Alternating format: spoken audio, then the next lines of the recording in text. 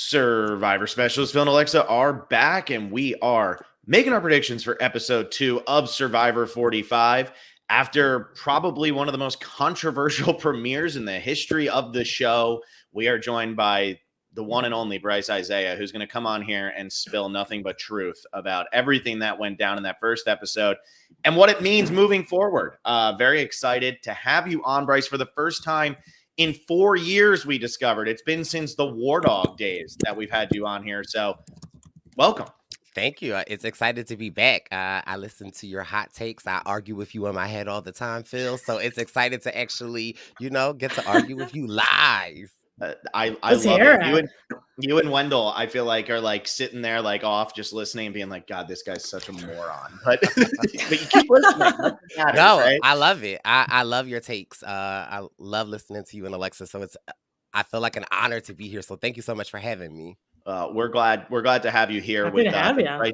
The Brice and Wen Present days in full force right now. I know you're busy as anything, and the Purple Pants podcast is you have the branding that we don't have. That's very nicely done right behind you. I should have worn my shirt that I bought at the finale party. Yes. I'm gonna have to go turn my camera off and switch. Yeah, I forgot you got one of those. I did. I supported Phil. Hey, I think Rachel said she was going to buy me one and then didn't. So, Brice, call my wife, yell at her. Don't yell at me. Okay. I'm going to just yell at you because, listen, we love Rachel. Okay. So, you're still the problem, Phil. I'm the problem. But, Brice, what did you think about this premiere? Like, this is obviously just been the talk of the town. All of a sudden, people are interacting with other survivors and podcasters. Again, it feels like season 40 all over again. What did you think?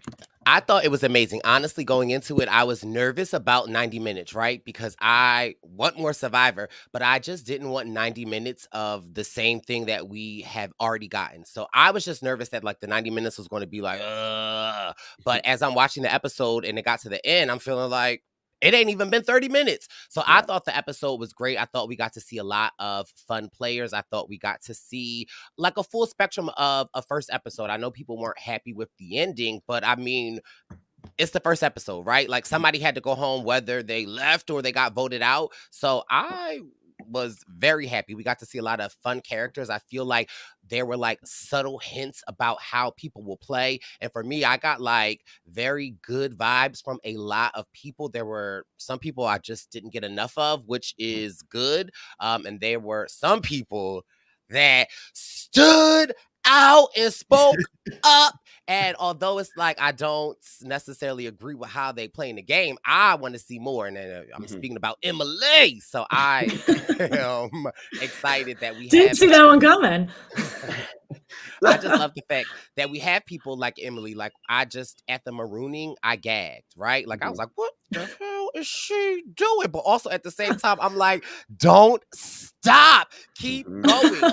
And I can remember being on that marooning in Cagayan and Jeff speaking to us and me being like frozen, like, oh, I can't believe he is talking to us. So for Emily to have like the kahunas to not only call somebody out, then they respond and then she go back for more. I was like, okay, Emily, you got a special place in my heart. I think if Bruce went back at her like for the 4th time, the whole show just would have been that. Right. I think like they never would have gotten off the barge. It was so good. I loved it. Yeah, I think like maybe I'm speaking for myself here. Like we wanted a hot mess and we got it. I rewatched it and I think it was an awesome premiere. And like to your point, someone's got to go. Like that's the way the show goes. And yeah, it wasn't like satisfying from a like tension perspective, but like this whole cast is all over the map and it's awesome. Yeah, I think that Emily is such a breath of fresh air because for a period of time we started to kind of get this character too much, where we were just getting the villain who was the villain. Like I think we had Abby Maria like twice in 6 seasons, and then we were getting that type of villain over and over again. We're like, this person can't really win the game. But we need this because when we all sit there and complain about villains, I know like a lot of new casts will be like, sorry, we're good people. And it's like, no, that's not what we mean. We don't want like bad people villains. We just want people who really don't care about how they're being perceived and are willing to speak their mind because it makes for really damn good TV. And everything Emily did was just fantastic from top to bottom. And she would have went home. Hannah admitted that in her post-game press that Emily would have went home. So if Hannah quitting means Emily stays, and if Emily goes deep in this game, maybe like we all should be being really nice to Hannah, like really, really Right. nice. And I even think of that term villain, right? Because I don't even categorize Emily as a villain. Like in my mind, I think of a villain as a Russell Hantz or somebody that is maliciously coming after somebody. In my mind, and I don't know Emily that well, but I don't feel like she was maliciously coming at anybody. I feel like her brain, she was like, I have to speak up and I have to call out what I see. So it's like I love just seeing this character of Emily develop. I feel like her inward thoughts come out outward. And I don't necessarily even consider that a villain. I consider her, she out here playing. Now, are you sinking your game? I don't know. But, who's to say? Right. Who's to say? But I definitely like just see her as this character. And again, I said on the Purple Pants podcast this week that I almost feel like she is like a Carolyn, right? Like I feel like on the opposite ends of things, but they are these people that they beat to their own drum, and they call it how they see it. I feel like when you talk about the analogy of the glass half full and the glass half empty, I feel like the glass is Carolyn and Emily, right? Emily just happens to be the bottom half of the glass, and Carolyn is the top half of the glass. But again, I love to see these characters that first of all, I feel like I work with a couple of Emilys, right? And they love to call you out on the email, like per the email that I sent you last week, and then CC everybody. Like, girl, why you gotta CC my manager? You could have just sent that to me. Like, Emily was out there CCing everybody. So I just feel like we know this Emily character. And so for me, I feel like, show me how you're coming, right? Like, I rather know this is how Emily is, because for me, I feel like I could work with it. And moving forward, Emily might be somebody you want to keep around because she's going to go off. But sorry, I'm just... No, it's good. I'm so with that. She and even she knows, I think, like, she knows how she is. There's a few confessionals where she's like, I know I can't like get behind the aliens. That's not my jam. Or even at tribal council, she's like, I'm the most extreme version of myself right now. So I think like in the kumbaya, like we need to try to build our tribe, like build our shelter. Yeah, that's not going to work. But per that last email, like, those people kind of get stuff done, for what it's worth. So I don't know. I'm excited for it. I hope she finds a way to gel. But I agree. I don't think she is actively trying to be malicious. I think this is who she is, and she's probably been very successful. Right. Yeah. And I just want to throw in, we got a quick super chat here from Alexandra Alberts. Good morning. Izyah is dressed for the part. So thank you, Alexandra. I also love, everybody comment in the chat. I love Leslie watching from Nairobi, Kenya. So we are international. Okay. But I do think the Emily, like, I think what made this episode so interesting and why I think there's been so much conversation is there was not one thing in this episode that wasn't polarizing. And I think that's good. Like, as much as Jeff and CBS never want to see somebody quit the game, having somebody quit in the premiere when you had a character like Emily, who people are going to be polarizing, like she's going to make people love her or absolutely despise her. It's one or the other. I think having that happen is why the conversation is so strong right now. And that's good for Survivor. There's a writer's strike that just ended, so there's not much TV on right now. If you watch that first episode, I don't think there's many people who watched that first episode and said, I'm not going to watch the second one, because even if you hated what you saw, you're so frustrated. You're like, I need to make sure next week that the people who are stronger, the people who are sane are going to come out on top. You're tuning back in. Oh, for sure. Yeah. So, okay. Let's get into these power rankings. So for anybody who is a $20 patron, top tier patron, if you're one of those, you play for a buff, send us your power rankings, survivorspecialist@gmail.com. 1 to 17. Number 1 is who you think is the safest. It does not necessarily mean that they are going to win. It's just who you think is the safest this week. 17 is going home. Now, before we get into these power rankings, I'm going to ask this question to both of you. Is there any way that Yellow does not lose again this week? I don't know about that. I love the stunned silence of like, sure, but no. I feel like there is a world that there is a world that they could pull it out. It could be a puzzle. There could be something that is not as physical as it was last time. There could be, it could be an email writing contest. It could be who you can CC the most. And Emily going to do her thing. I'm not drinking water anymore. Who can type the fastest? So I definitely see there is a world, right? Because I take back to my season Cagayan, the Brains tribe, they lost a couple of in the beginning, and then they were able to kind of sort of pull it out. So So that's that. Well, that's it. I feel like the second challenge is usually swimming related. I think this is the one that they showed Austin like slow-mo whacking the thing. I don't know. That feels like an equalizing challenge. I don't know how they are at swimmers. I think like Brandon swam pretty fast. Like Brandon and Sean got to that boat pretty fast after they jumped off the barge. So I don't know. And they also, that puzzle got done. They got so much more done on that puzzle than we were led to believe. Right. I think they really caught up on that. Mm-hmm. All that to say, I don't know. Yeah.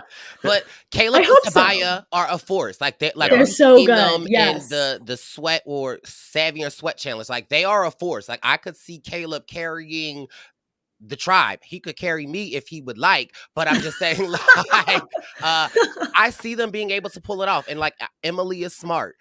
Brandon's smart. He knows the game. So I can see a world where they don't go home, but I also can see a world where I will say that in my power rankings, I generally try to make it so that one person from each tribe is at the bottom this early in the game. My bottom three people are all yellow. It is yellow, yellow, yellow, in my opinion. Now, obviously, I'm not going to get there yet with who those three people are, but I think yellow is doomed. I think this is a cursed tribe, and I do think that they might be able to turn it around at some point, but not after that, because Emily and Brandon were both going into that tribal council not knowing whether or not like they were even going to make it through. Now they both made it through, but they made it through in kind of like a deflating way. I know Emily's gonna have the excitement of like, I'm still here, but it wasn't some crazy, I saved myself, I played my shot in the dark. It was Hannah quit. So you're kind of living on borrowed time. I don't know if they're going to have that adrenaline rush of like, okay, it was almost me and now I'm still here. I feel like the rest of the tribe is still going to be kind of like, who are we as a unit here? Like, I don't know what they are. I don't know how that tribe got put together.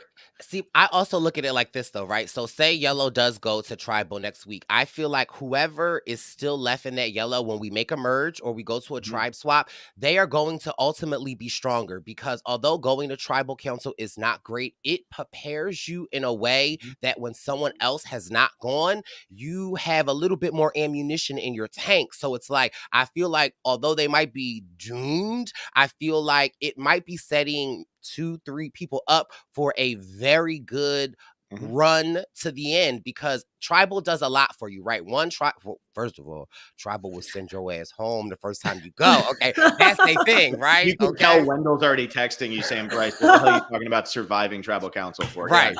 So, I mean, I do know what it is like to sit in that seat. I could tell you that. But there is something that you learn. And sometimes I feel like at your first tribal, you might sit back. Everyone's not like an Emily, but you actually can fight for your life in tribal. So I feel like it, although it's, not great and the yellow might be doomed, I do feel like it is preparing them to go to war. And I feel like someone from there can go very far in the game. And we see it all the time. I mean, we saw it in the Philippines. We saw it with the FOA 4. We saw it with just Shannon Ricard not too long ago. We see it all the time.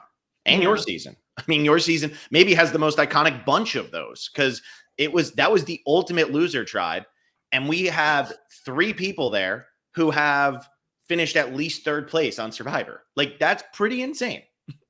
So yeah, that's pretty insane. But go ahead, Alexi. I think that'll work like probably more so for Brandon than for Emily, because Brandon said he was like, I thrive off of being able to help people, and that tribe needs some help. So I think there's a lot that he can do there. And it seems like Emily was in more trouble. So to your point, Phil, like no one saved, like Hannah saved them kind of, for what it's worth.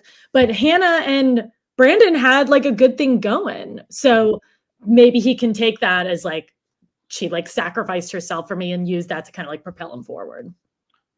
Okay. Well, we'll see where we all put Brandon here.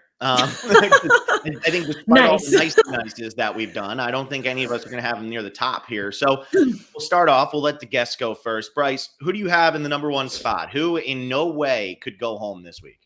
For me, I have Austin from the Red Tribe. Okay. Love that. I feel like he's in a great position. He has found an idol, or not. He's found a Beware idol. I feel like he's savvy enough. I feel like he's good spirit. I feel like we're going to see a lot more of Austin. What do you think about this twist that really is just old school finding an idol rather than new school finding an idol? What did you think about this twist and the fact that it looks like there's actually like dud letters on the flag and everything? It doesn't look like they all line up. What do you think? I love it because, well, first of all, if I ever found the Beware, I'm putting it back. I don't want no Beware. I need my vote. You can keep it. But I love it. I love these nuances that Survivor continues to kind of like a play on the old, and it's like it's the decoding at the bottom of the tribe flag. I think that's fun. I think it's fun for us as the viewer and as my like Survivor nerd self. On my third watch of the episode, when we went to the other beaches, I kept pausing it. I didn't see the writing on the other tribe flags. And so interesting. I love this about the Beware challenge because I kind of, the first time we saw it and we saw that like each person has to say something. And so the person that found it will know. I loved it, but okay, after the second, third time, all right, something different. And so I like the fact that there is something new bringing to the Beware challenge. And we only know this is the first thing that Austin has to do. I don't know what the next thing he has to do as well. And for me, that's too much. Put it back in the tree, Austin. And walk away. Right. I was saying, can we throw this in the water? Like, why can we not just chuck? Like, you take it, you just chuck it in the water. Like, can we not do that so nobody else gets it? Because I think that's the tough part, right? Like, you don't want somebody else to have an advantage, but you don't want to lose your vote. So what do? He said, Sifu's going to grab this if I don't grab this. Love that. So, I always question that, right? Because it's like if they say if you take it, it's yours, right? So him just automatically taking it, if he were to throw it in the ocean, would he not have a vote for the rest of eternity? Yeah. That's a good point. I don't know. Yeah, the semantics on that are a little questionable. Mm-hmm. I don't know.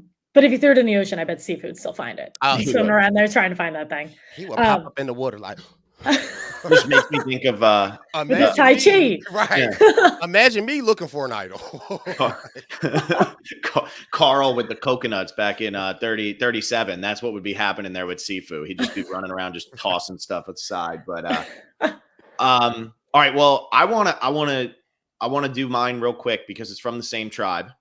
And this is gonna be the least shocking thing ever. This is really my only chance to do this because I don't know if we'll have Wendell on the podcast this season. So my number one is the future winner of this season, and the reason why Brice and Wen are finally going to give me something to do down here in Florida, and it's D.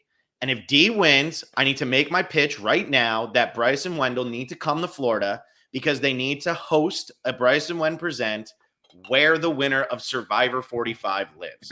Okay? I live here. I demand it. I want it. Get down here. And I got to put D at number one because I just have to lean into this bit as hard as I did with Michelle Fitzgerald winning season 32. And that worked. Phil, if there's a watch party in Miami, the traffic is going to take you the same amount of time that it would take you to fly up to New York City for whenever the next New York City That's not incorrect, but that's why I'm also pitching the Palm Beach area potentially. Fort Lauderdale isn't too bad. I could help look for these venues, put someplace, there's also a great bar 5 minutes from my house. I know I live in actually at Phil's house. Right. There's no airport, but it's right here. I really did. So saying all that, now Brice has it in his mind and Wendell's going to listen and be like, Phil is so annoying. Shut up. But I actually really liked D in this first episode because for as little as we saw of that red tribe, we did get some personality from pretty much everybody except Maya and Julie. They had very little screen time. I don't think they're done by any means, but they had very little. But D was the one who found Sifu. And she came out looking really, really, really smart in this moment. Like, she called him out. She's saying, I can't trust him. We're seeing content from D that we didn't need to see in this first episode. Austin had a lot going on for him. Sifu was plenty of content, but for D to be the one who found him, I think that's great for her game. And I think if that tribe loses, no shade to Maya or Julie, but I think they're just easy targets for anybody because I think they're just smaller. Oh, Julie's the old woman we have to vote that out. We can't possibly let them. Geriatric. It's so crazy, but I just do feel like this tribe is going to keep winning. And I feel like D has that social game that's going to really work for her. And she had a nice confessional in this episode of, I am born for this game. Like, I am born for this game. And I think as an entrepreneur living in Miami, she is. So he's my number one. That's probably the longest I'll talk about anybody, but I got to sell Brice. You only get one shot, right? And this is my shot. Okay. We'll see you in the spring. Feels like, oh my God. Finally. Okay, my number one, the Oscar goes to Katurah. I think someone who's acted like she doesn't even know what a lawyer is. That girl, she's gonna win this game. She is amazing. That scene was so funny, and I loved her. I think also she's 35. I saw this on Twitter. She's 35, the ripe old age, and like all the girls are like, oh my God, we're all 29 and 30. That's like a significant enough difference that she could still just like, she hopped on that. She jumped right in. I don't know where she stands on horoscopes or pyramids, but she acted like she was into it. So I think that's someone who can adapt really well. She has not even like, not just like no problem lying about her profession, but like will poke at someone else to then like push him out. I think she's got it. She's got it. When Katurah was talking to Jake, and Jake was like, well, yeah, because I'm a district attorney. And Katurah was like, a district attorney? What are And he was those? like, yeah, we sit in the courtroom. And she was like, a courtroom? And he was like, yeah, that's where the judge sits. A judge? What are those? Yeah. He has a gavel. A gavel? Like, the way that she egged him on, Oh my God. I was like, I got winner vibes from that because it was like so smart, and she could have aligned with him. Like, she could have taken that and been like, we're both lawyers. The other girls are saying that. I want to, like, that's something that could have cemented their friendship. And for me, that's what immediately I thought that I would have done, right? Like, I'd have been like, oh, let me get something like we're alike. She just put it out there, like, let me like make him, let stoke his fire. He just passed the bar. Let me add to that. So yeah, I thought that move was amazing. Amazing. And it wasn't even her who came up with, someone else said Jake's name. Right. And she just ran with it. She was like, fine, let's do it. And what did she say? Kendra said it, and they were all kind of shocked. And then she goes, and why do they want to get rid of him? Because he's a lawyer. Like, it showed her, like, really that she's got the right read. I have her at number 2. And I will say, out of this whole premiere episode, she is the most overshadowed part of it. Because Katurah was gold every time she was on screen, but nobody is really talking about her. Everybody is talking about the situation at Yellow. Everybody is talking about, Austin's like idol hunt that he's about to do. We all talk about Bruce because Bruce is back, but I feel like Katurah is seriously overshadowed. And I think she had a phenomenal first episode where if Yellow wasn't such a hot mess, she would be probably everyone's like winner pick at this point of like, is she going to hold on to this? Because if she maintains this level of making other people look foolish, she's got to be the winner. Yeah, she's amazing. Winner. Like, I agree. I had D number 2. Ooh. As well, because I thought that, again, that performance with Sifu and how, again, she pivoted and called him out, kept it cute, again, identifying a target, and yeah, just even that back and forth with Sifu and her as they were like walking back, and Sifu's like, oh, imagine me in a spy shack, and they're like, oh, imagine that. Like, that was some of the most awkward and amazing conversations we got on Survivor in a very long time. And I love Sifu, and I feel like Sifu is playing like Tony. I just feel like he watched the wrong Tony season. He's seen the second time Tony played, and we need for you to pivot, Sifu. Yeah, there was the spy grave is what he was calling it, where he like literally dug himself a hole in his second. Next week. He was like rubbing leaves on himself, and Sandra's like, why are you covered in dirt? Like, what are you doing? But yeah, I do like Sifu. I agree. I just love him. He playing too hard out of the gate. I mean, because on that tribe, you might not have the biggest super fans on that tribe, but I feel like you have a lot of very analytical people on that tribe. And I think that analytical people are going to see somebody like Sifu and be like, I don't think I can control him. I might have to get rid of him for that.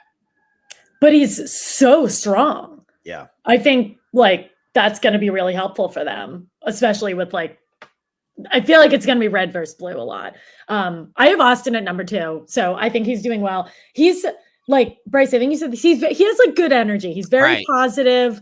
I think he'll probably enlist some help, and that will like probably automatically get him some kind of alliance member. But also, people who tend to lose their votes if he's in that situation, they usually don't go out. It's usually their alliance member who goes out. So I don't really think they'll ever be in trouble, at least in the near future, but I really like where Austin is. Mm-hmm. Yeah, and I have him at 3. So I just keep piggybacking off of Alexa right now, but I feel like with these early ones, Austin's in a funny spot because he doesn't have a vote, but I truly believe he's going to get this figured out and get his vote back shortly. I do think it's going to happen unless the third task is wait until tomorrow morning and do this, and maybe it's the day after Tribal, which I don't think Survivor would do. I think he'll get this. I think he's smart enough. I think he's athletic enough to do whatever needs to be done. And I think it's going to be good. So I like his position. And also when you look at that tribe, the 2 strongest people by far are Sifu and Austin.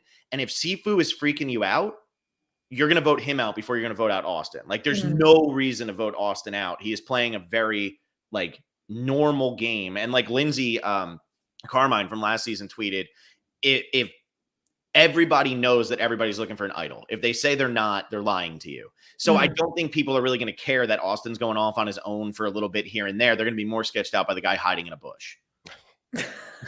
That's not even all the way covered. Like the other side to his shack was like open to the tribe.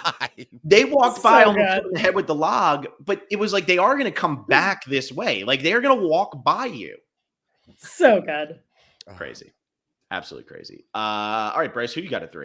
So for number 3, I have Sean from the Yellow tribe, right? I feel like Yellow was a hot mess, right? But it seemed that like we got more sides of Brandon and Hannah, and we saw from Sabiyah and Caleb, and we didn't really get to see a lot of Sean. And I watched Sean's preseason interviews and stuff, and he knows the game, and he wants to be kind of like a cutthroat player. Like he wants to make those big moves, and I just felt like for this episode to see him so laid back, reserved, and kind of gathering information, for me, I was just like, if Yellow goes again, he's going to be completely safe. And I think that he'll definitely be the swing vote, but I know that he has it in him. So I feel like Sean is definitely good.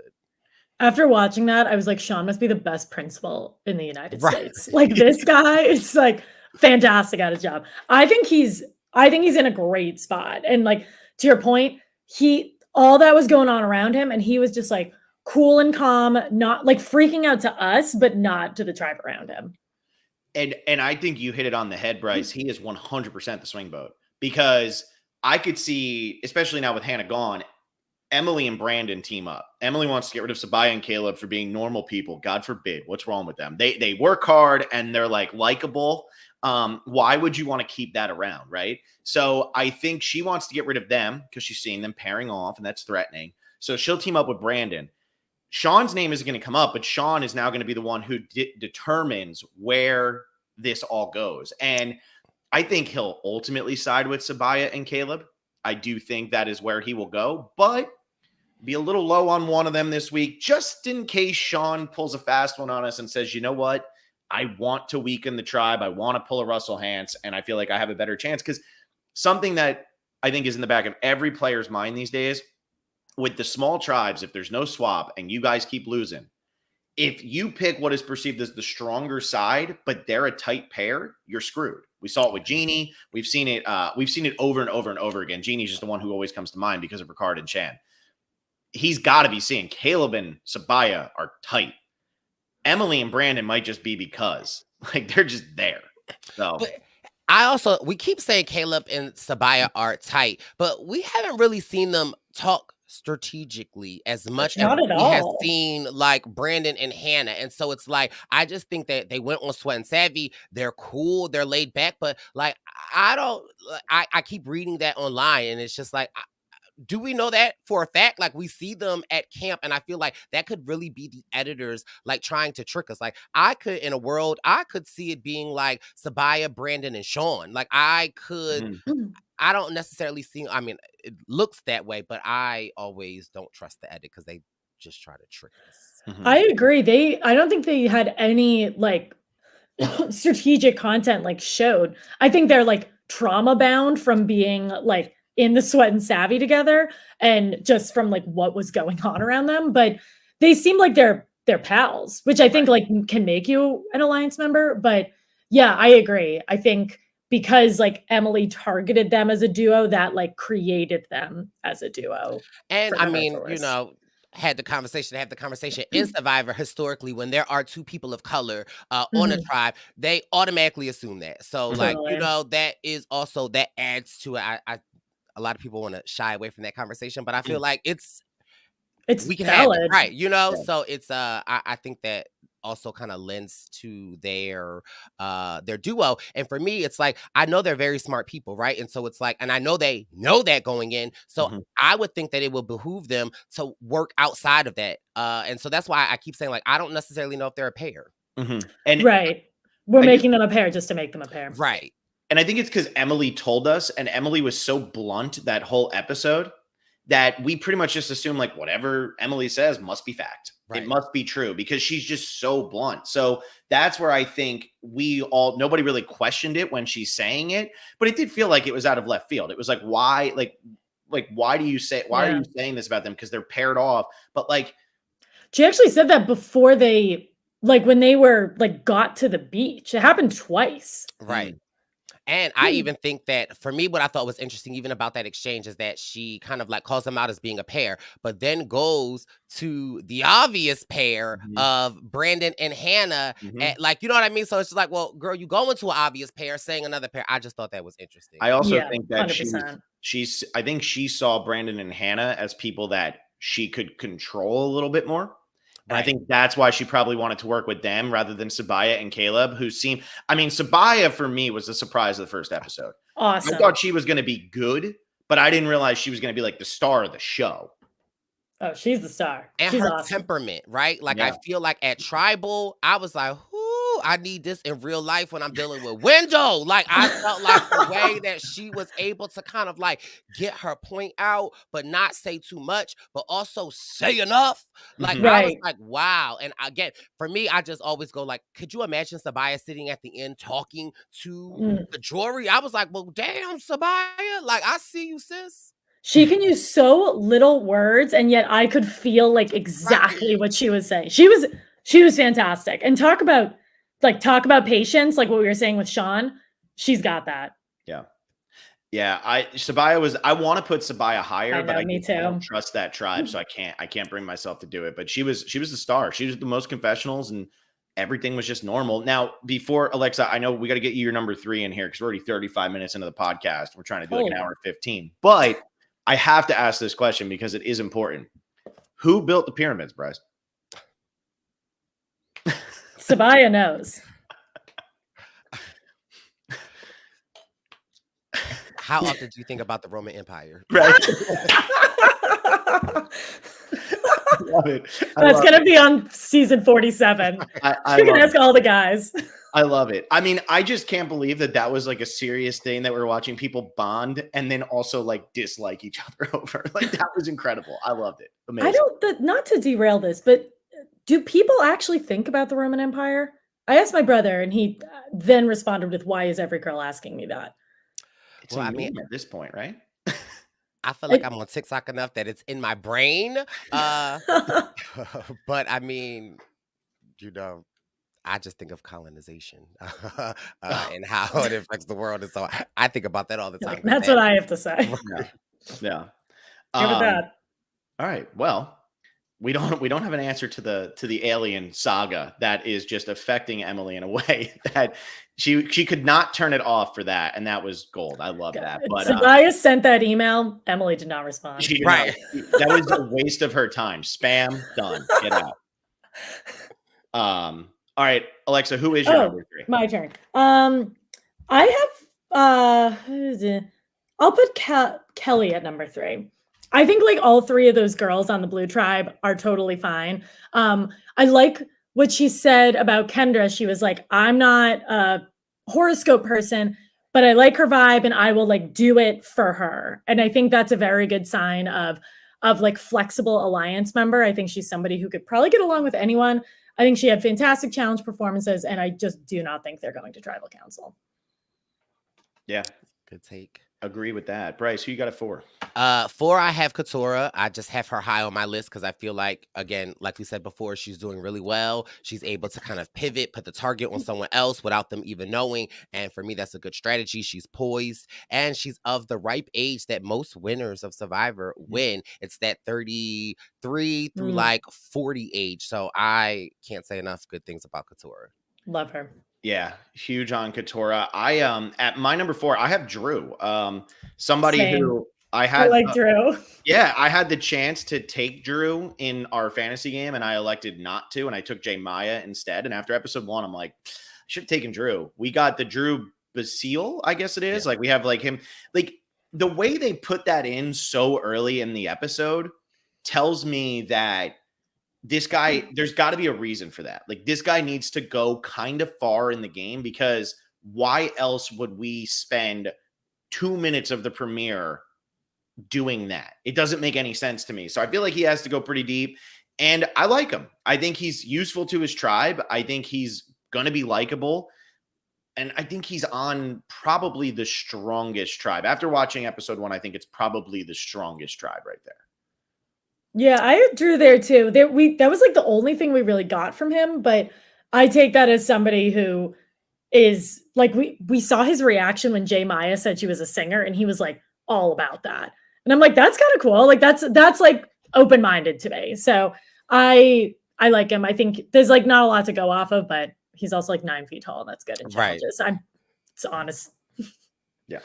Yeah, I like Drew. I have Maya as my number 5. Okay. Nice. I think that, again, I watched her preseason interview. For her to be a world champion punist. Huge for Survivor. Right. We didn't see a lot from her. I got Erica vibes from her. Like, I don't need to see a lot.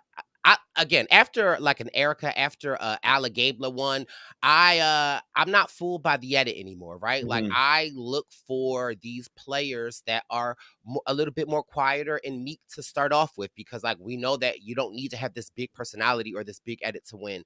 And so I like the fact that we didn't see much of her, but we know she has it in her. I know she has one-liners, and if she's a singer-songwriter, it takes a lot of work to do that, right? And, you have to have confidence in different things. And so I really like Maya, and I don't foresee her going anywhere. Yeah, I hope we start to see more of her, because I feel like in that first episode, I think she only had one confession. I think her and Julie each had just one, which was the least. And I feel like she has a huge personality. So if she has a huge personality, let's see that a little bit. Don't hide her from us the way they hid a Courtney Yates from us for so long in China. Like she was hidden. And I think when you compare her to Erica, I think that makes a lot of sense. I think that if Maya is on the right tribe early, it doesn't matter how much content we get from her, because once she hits the merge, she's somebody who can absolutely win. So we'll I want a little bit more information from the red tribe before I put anybody but D and Austin and Drew. So I actually have 3 of my top 4. Those 3 I feel really confident in. Maya, Julie, and Sifu, just not sure yet. Alexa, who's your 5? 5, I have Sean, and then 6, I have D, because we've talked about both of them already. I think even though Sean is on probably the most volatile tribe, we've talked about him plenty, but he is probably going to be a swing vote. And even if he isn't, because we just talked about how Caleb and Sabiyah like may not even be aligned, he seems like a common denominator. He seems like someone that everybody gets along with. He has done a good job of like, he was like, what do you think about Emily? And then everyone was like, oh yeah, I can't stand her. And then he was like, yeah, me too. He kind of lets other people speak up first. And I think early on, when you don't want to rustle any feathers, I think that's good. So Sean and then D. So I like both of those. I don't have Sean just yet, so I'm lowest on Sean out of all of us, but it's just because of yellow. My number 5, I have Uncle Bruce. I know that he was getting Uncle Bruce a lot. He was getting some flack in this last episode. He couldn't turn off the fact that he was the dad of the group. He was not the uncle. He was definitely the dad. He was not the drunk uncle. But I think this is all for show. I think we are being built up like Bruce is a problem, and oh, can you believe this guy? But then at the same time, like, no, his name didn't even come up. Who did the girls want to get rid of? Jake. Jake's name is the one that came up, not Bruce. So even on this terrible start, air quotes, that Bruce had, he still comes out fine. He didn't actually get any attention. So I'm a big fan of Bruce. I love him. Got to meet him at the finale party last year before anybody knew he was on 45. So that was fun. And I really hope he does well. And I think that no matter where he goes in this game, he could finish first, he could finish 12th, he could finish 15th. I feel like they want to give him a little bit of like a hero's journey of like starting low, works his way up, and then he might have his downfall. But by the time we get to that downfall, we're going to have really like fallen in love with him because he's an easy person to make us like because of what he went through last season. So I have him at 5. I would be floored if that tribe lost and they said, all right, goodbye. That's it. Dad's out. We don't have any room for him. I love Bruce. I don't think he had a terrible episode. I think he had total like kooky dad episode.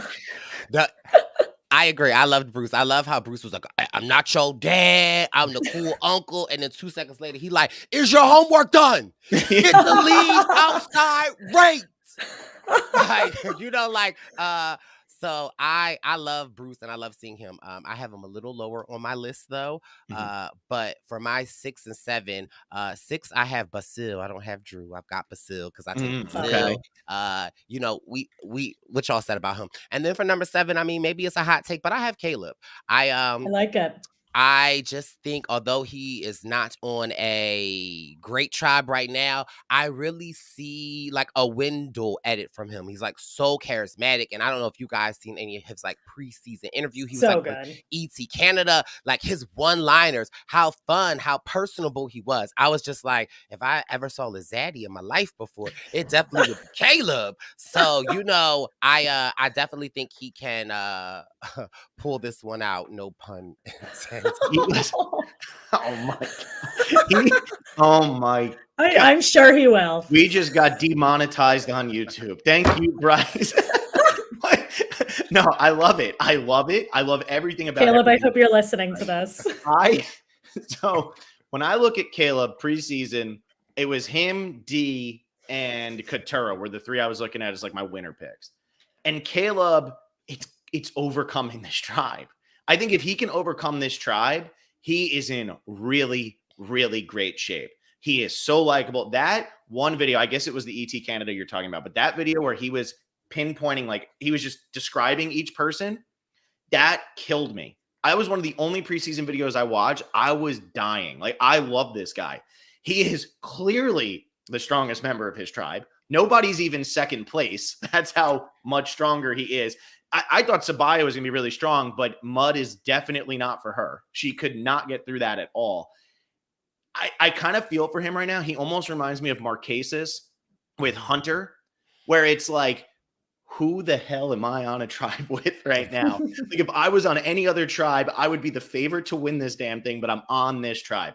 So I really love Caleb. I want to put him higher. I don't have him higher, but you said so many nice things about him, and you answered what was going to be one of my biggest questions of this podcast, which is when we're looking at the Zaddy calendar for 2024 or 2025, whatever it is, who are we looking at from this cast so far? I mean, I think there are 2 standouts. I definitely think Austin is a breath of fresh air, and I love Caleb. But I also, I love Drew, but I think I like Basil a little better. So we got to see what Basil got. But I think it's interesting because you just never know. And a zaddy has no pronouns, right? And so I also see Sabaya. Like, I was about to say, what you got, boo? There are so many choices to choose from. So I'm excited to see. I love that. You might have to put out 2 calendars next year. That's what that sounds like to me. I mean, yeah. And and this year I'm really just going with what the fans say. Like, the fans keep DMing me people, and I don't know why I keep getting Phil named 3 times, but they keep saying Phil. So I was like, okay, I gotta go with the fans one. Yeah. I'm the one. I just have burner accounts. I'm just saying. Yeah, I know. It's you and Rachel. It is. It's like my wife's like, please just put them on a calendar. Give them something. Put them on one calendar. But All right, so the Zaddy calendar has many eligible people this year. We just have to find out who it's going to be. All right, what number? I'm behind right now. So number 6, first person to mention him, and I'm kind of surprised. I thought you'd all like him a little bit more, and maybe you have him coming up, but I have Brando. I love Brando. I think Brando had a great episode. I liked him.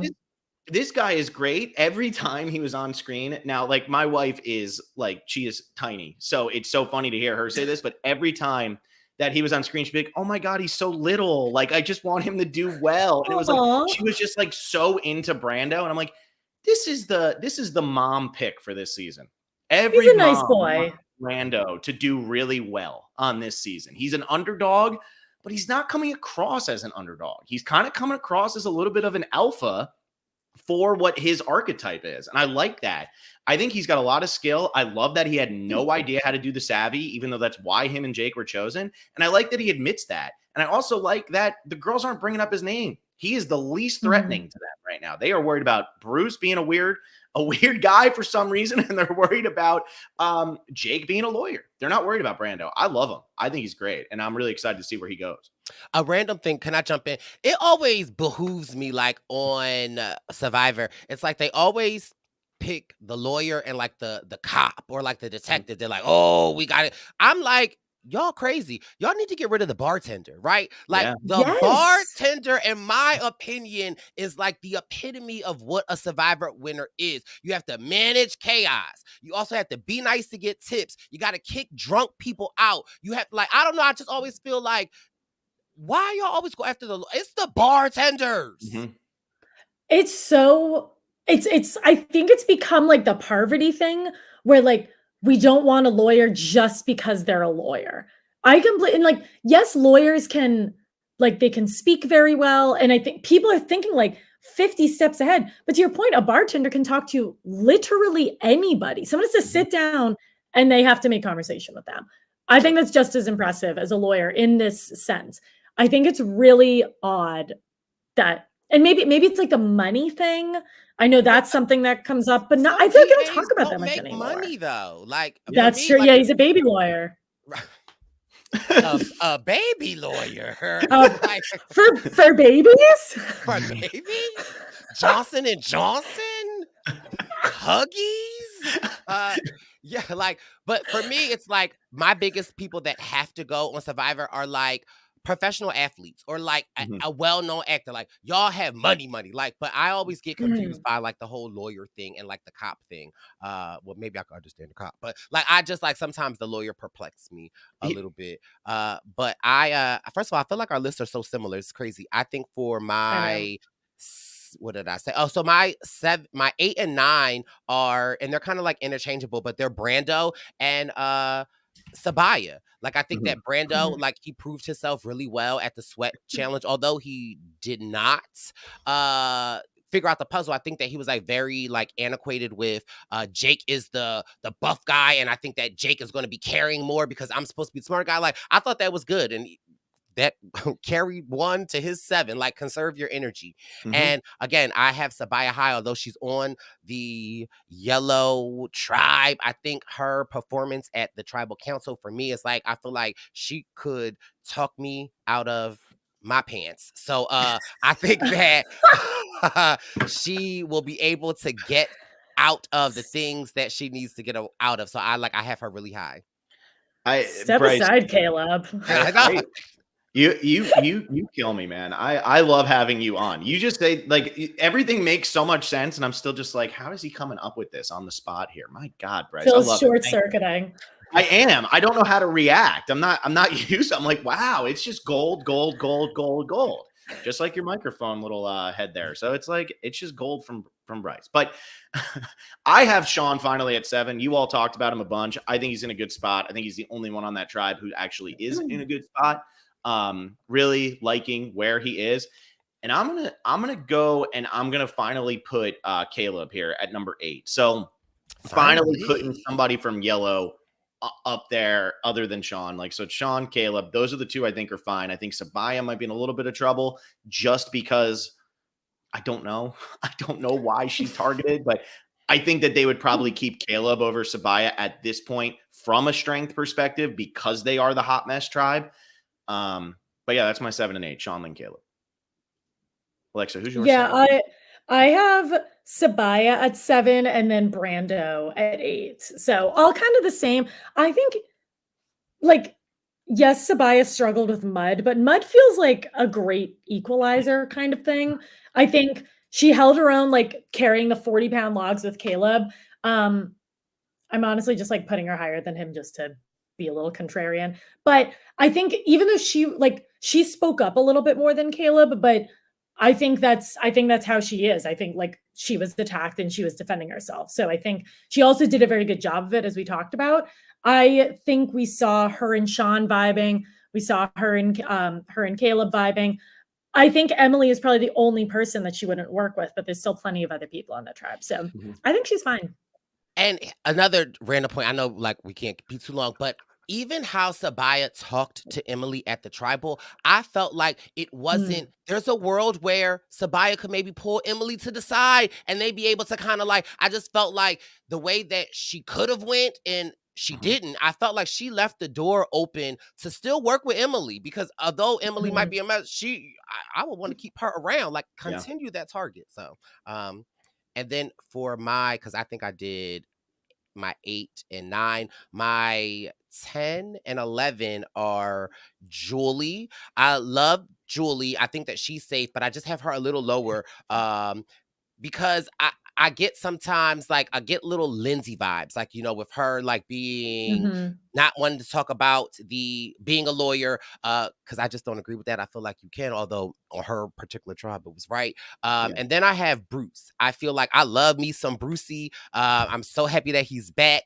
But again, Emily has illuminated this target on him, and from this dad edit or this uncle edit that we got, I just feel like, and this is a compliment, like I know Bruce, and Bruce and I, we text all the time, and it's like all we do is like ish talk, and I love it, and I love Bruce's personality, and I think that he is a natural leader. Like it doesn't matter like how he might say I'm not going to lead the tribe, and then like, you know, when we got to the challenge, Bruce just threw his body up and was like, "Climb on me, I'm the ladder," okay. And he was like, "Brandon, if you need a ladder, I would have been the ladder that you needed." But like, he just like, he ultimately just like threw his body up and was like, "Use me." Like, that's just, I feel like that's the person that he is. And he's just so good that I feel like it puts a target on his back. Although I don't want him to go, I feel like he's just so amazing. The more we see of him, the more and more I'm falling in love with my Brucey. I love him.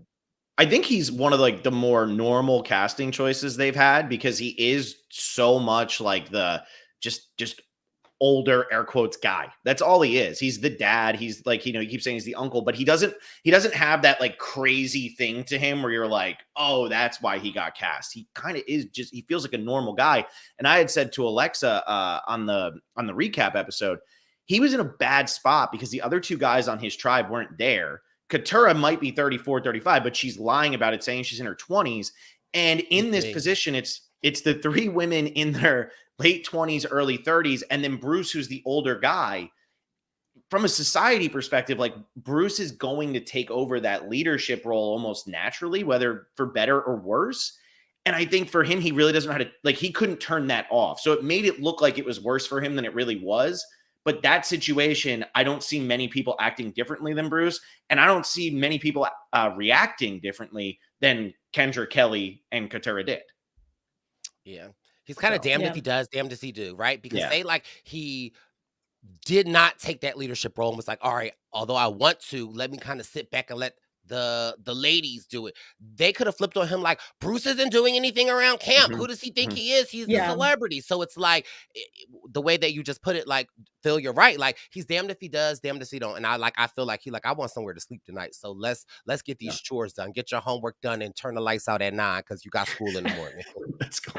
As soon as the sun went down, he's like, if you all aren't in the shelter in the next 5 minutes, not get your rice. Go to your room. Yeah, go to your room. I think being both a natural leader and a returnee, I think like that's extra tough too. I think if he wasn't returning, people wouldn't be looking at him already. I have him at 9 So I think he's fine. I think he's very normal because he's a goofy dad. Like I like love watching that. So I think he's totally fine. I don't care how weird he was in the preview for next week because I think he's a weird dude and I think that's a good thing. Yeah. Yeah. Oh, he's like the most normal weird person you could ask for. Like he's like 100%. Just on the cusp of not being good enough TV to get on Survivor, but he's like in real life, you're like, I like this guy. Right. Like a lot. And he's in great shape. Like, he's definitely going to be a physical threat. Yeah. Absolutely. I would love to see a little like immunity run by the older guy. We haven't seen that in a couple years. Yeah. That's like what I live for. Terry and Tom, where are you? Love your dads. I love my dads. So at number 9, I am going to go with, I have to make sure I have this right. So I have Kelly at 9. I'm going to catch up to Brice. So I have Kelly at 9. I have Jake at 10. So even though his name came up, I don't think he's in actually that much trouble. And then at number 11, I am going to go with Sifu. Mainly, so Kelly, I think, is in a really, really good position. I don't think her name's going to come up. I was saying on the recap, I think Kendra still is probably the first boot from that tribe if they go. I think that she might just be a little too much for everybody. I don't know how long this is going to last, and I don't know if this is really what you want in an alliance partner. Maybe I'm thinking too far into this. I mean, Carolyn was insanely loyal, and she was, out there with like her decision-making and stuff. But for the most part, I feel like this is the type of character that people get a little bit concerned with and say, can I trust them to stay loyal? Every time they do, but it still feels like the type of personality that's not. So I think Kelly's in a better spot there. I think Jake is fine. I think Jake is going to be a big, big star on this season. The whole thing with Nana. I mean, if they're giving me that in episode 1, that's a big deal. Need Nana. And then Sifu at 11, I just don't think Red's going to lose. And I think if they do lose, I think Jane Maya or Julie would go. I could see Red and Blue both making it through the pre-merge without going to Tribal Council, just being totally honest. I think it could be that much of a landslide, but even if it's not, this is not the week Red's going to lose. Yeah. Alexa, I feel that. Catch on up. Who's your 10 and 11? Okay, Caleb is 10. I think Caleb's totally fine. 10 is probably pretty low for him. We've talked about him plenty. I think he's like quite literally carrying the tribe on his back. So I think he'll be totally fine, but also he has a good vibe to him. Even apart from challenge perspective, I think everybody seems to really get along with him. And then I'll put Kendra. I think she went to the yellow tribe, and we haven't talked about that. And that feels important. I feel like there's a reason they told us they didn't. I get why they didn't show it. There's not enough time to show it because it didn't end up mattering. But she went there and probably gave them some positive energy that they needed. And either she volunteered or her tribe thought that she would be a good person to go over there. So yes, she's a little out there, but I think that bodes well for her, at least short term. That's so interesting. So I have Julie, or what do I got? I have Kelly as my number 12. I love Kelly, right? I don't even know why I have her this low. It's just because y'all just maybe put people in number. I love Kelly. Her preseason interview, her being a nurse in New York City, I feel like she has that oomph. So I feel like she's safe, and I know that she good. She a nurse in New York City. That's all that needs to be said. And then I have Kendra as number 13. I have Kendra a little low. I love Kendra, but it worries me that, again, listening to the Jeff podcast, that she went over there. I don't know. We don't know how it went, if she was voted or she volunteered. But I feel like those are things that you don't volunteer or go early on because it just gives too much to be said. And although Emily, like we said, Emily is the person that's outspoken, right? But the thing that we all can relate about Emily is that that's what we're thinking in our mind, right? We just don't say it. So it's regardless, and I believe she even casted a secret vote. So it's I just worry about her, and when she gets back to the tribe, that if they lose, it could be brought up. She has alliances over there. She knows different things. So that just makes me put Kendra a little lower because it's a threat level that maybe has not illuminated yet, but anything can make you a threat. And if somebody were to just throw out that, like, we don't know if we merge, she might jump ship. And so that is a reason that they could potentially vote her out. So that's why I just have her a little lower. But I mean, I think that she's good vibes, and I feel like I would love to have a drink and go, like, I feel like I want to go backpacking with Kendra because I just feel like she's such good energy. I Yeah, really, that's a good point.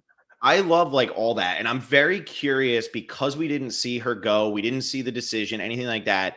If Kendra were to go home this week, let's say that happened.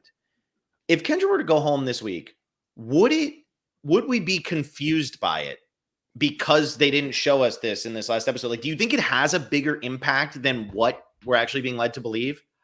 It has to, right? Like, so first of all, I spent the last 45 minutes yesterday arguing with Wendell about this because, right? So she casted a vote. And I feel like, understand why it was not in the episode, but I feel like at some point in time, and you know how Survivor loves to do it now with the editing, because they cut it out, we'll probably get a flashback. We'll probably get some little something that kind of gives us something because, like, she, from what I have heard, like, you know, she had interactions like that is huge.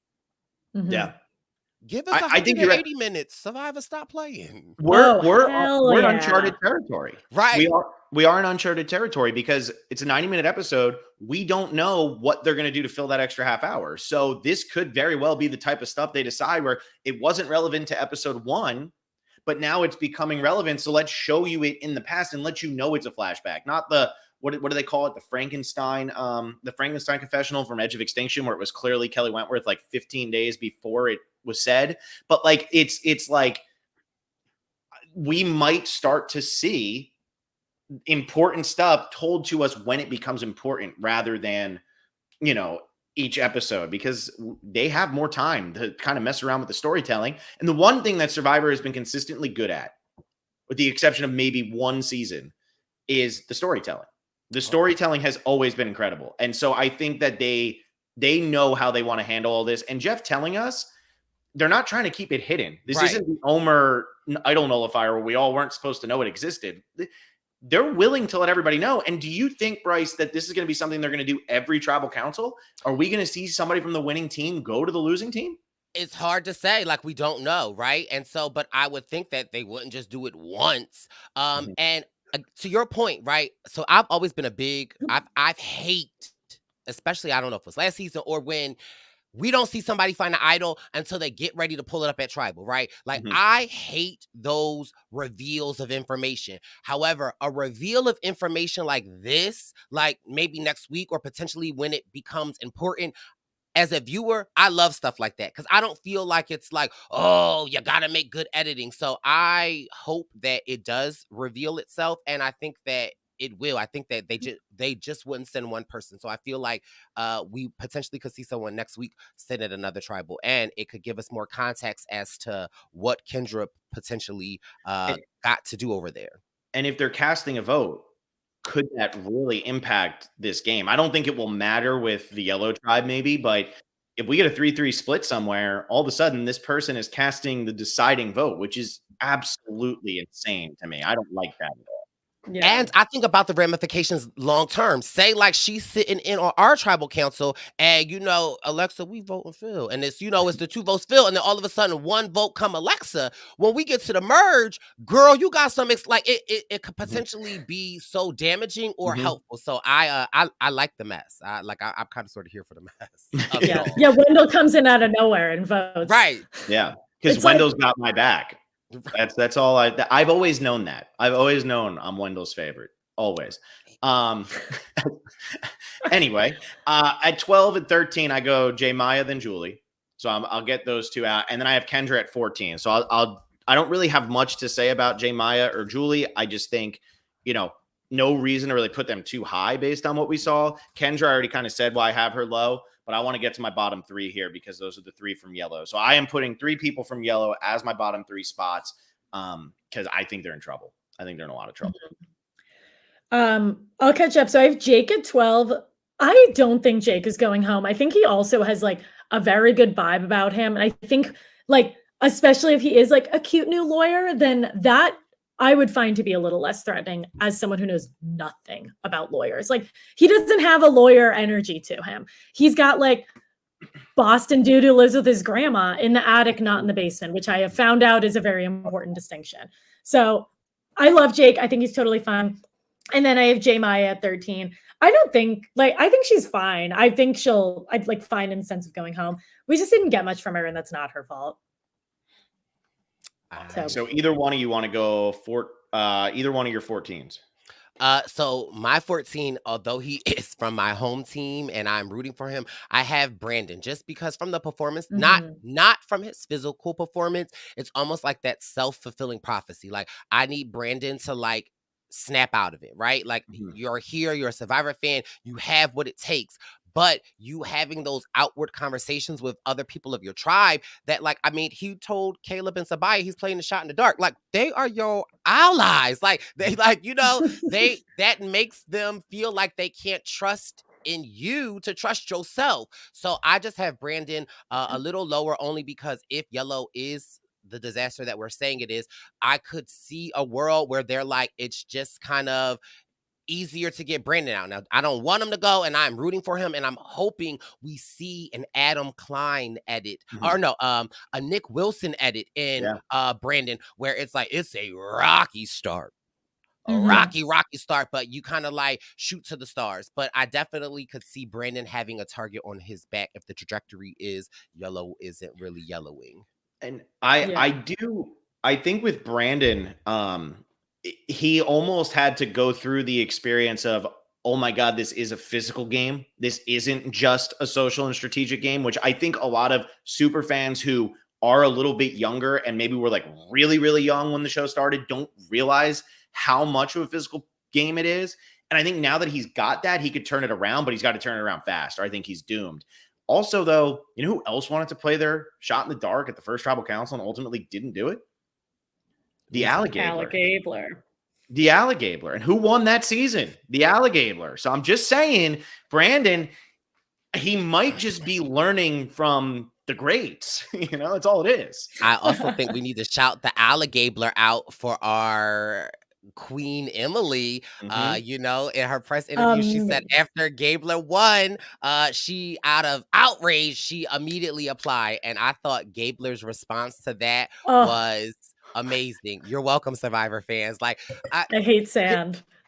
Here's the thing. Like, I might walk a couple of things back. I think during Gabler's season, right, I might have been like, who the hell? Why did WTF, right? But I have to say, after becoming friends and meeting Gabler, I can see why, right? And I also hate the Gabler hate. Like, Gabler is the nicest MFer in the absolute world. Him and his wife. First of all, they wear matching outfits. Okay, like, it don't get better than that. But yeah, I just shout out to the Alligator. Completely agree. I met him, like, we met him at your party, and you know why people like that win. It's like, he's so engaging. He was mobbed by people and probably remembered every single person's name. Like, that's somebody who wins, you know?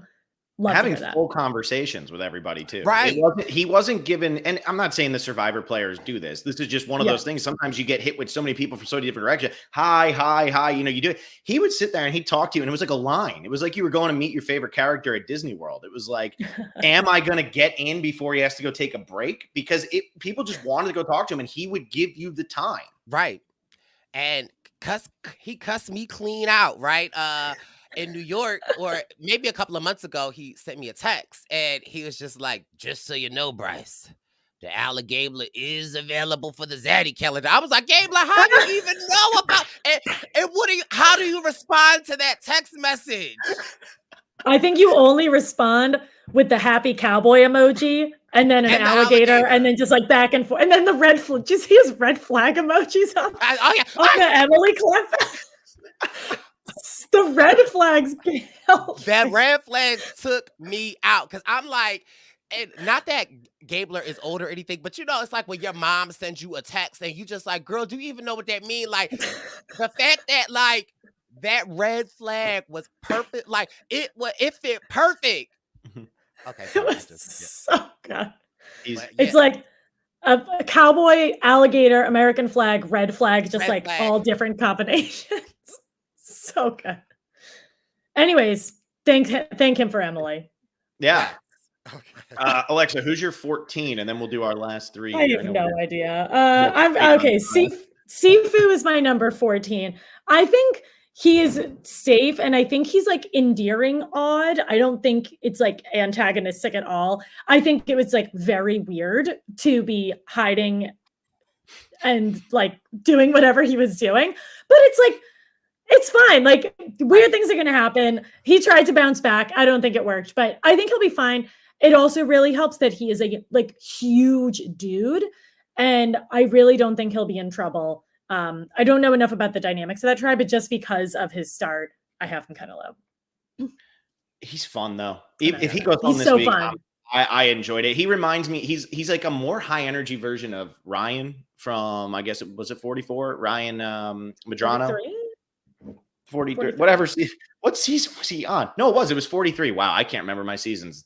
But Ryan kind of reminds me of that, where Ryan's like the big guy, he looks strong, and then he's a goofball, and you're just not expecting him to be a goofball. And I think that's what's really fun about Sifu is he's going and doing poses while he's jumping and stuff. He kind of reminds me of Cowboy from Cook Islands. Like that's where I feel like I am. It's like I know he's being sincere in the things he's doing, but how is this sincere sometimes? Like that's what I'm wondering. So I like him. I hope he does well. I hope everybody does well. I hope everybody has a nice time and plays with their friends. But let's get to the bottom three for all of us. Who is going home this week? So I'm gonna start because Brice, I was surprised you already said Brandon. So my 15, just in case Emily decides let's weaken the hell out of this tribe, I'm putting Sabaya.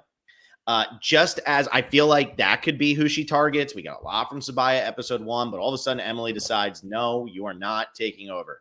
At 16, I am putting Emily. I think Emily will ultimately survive. I know she was supposed to be the boot last week, but I think that Brandon is just too much of a liability in challenges right now. He can turn it around, but if he doesn't, I don't know how a tribe loses and can justify keeping him on the tribe if he continues to perform like he did last week. I think he'll get better, but man, that they keep posting that clip of him falling on the ground and Jeff just being like, "Get up, Brandon." It's so cringy and I feel for him. I really do. But also he is living his dream for all the good and all the bad. He is living his dream right now. So I can't feel that bad for him, but please turn it around. If he doesn't, Emily survives, Brandon goes home, and Miss Emily might just keep surviving her way straight to a merge if she gets through this one. So that's what I'm What thinking. if Emily wins and she and Gabler meet? What happens? I think Just putting that out there. We get heroes versus villains. I think we get Oh, Brice with the camera at his finale party just being like, and this is why you all should come to our finale parties because of this.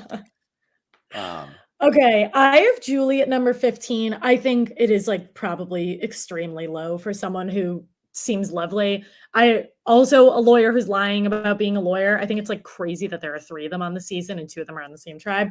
I will finish mine out. I think Brandon is safer than Emily because at the end of the day, like people know, for better or for worse, people know how the format of Survivor goes now. They know that they only have to make it through like 5 tribal councils before they make it to the merge.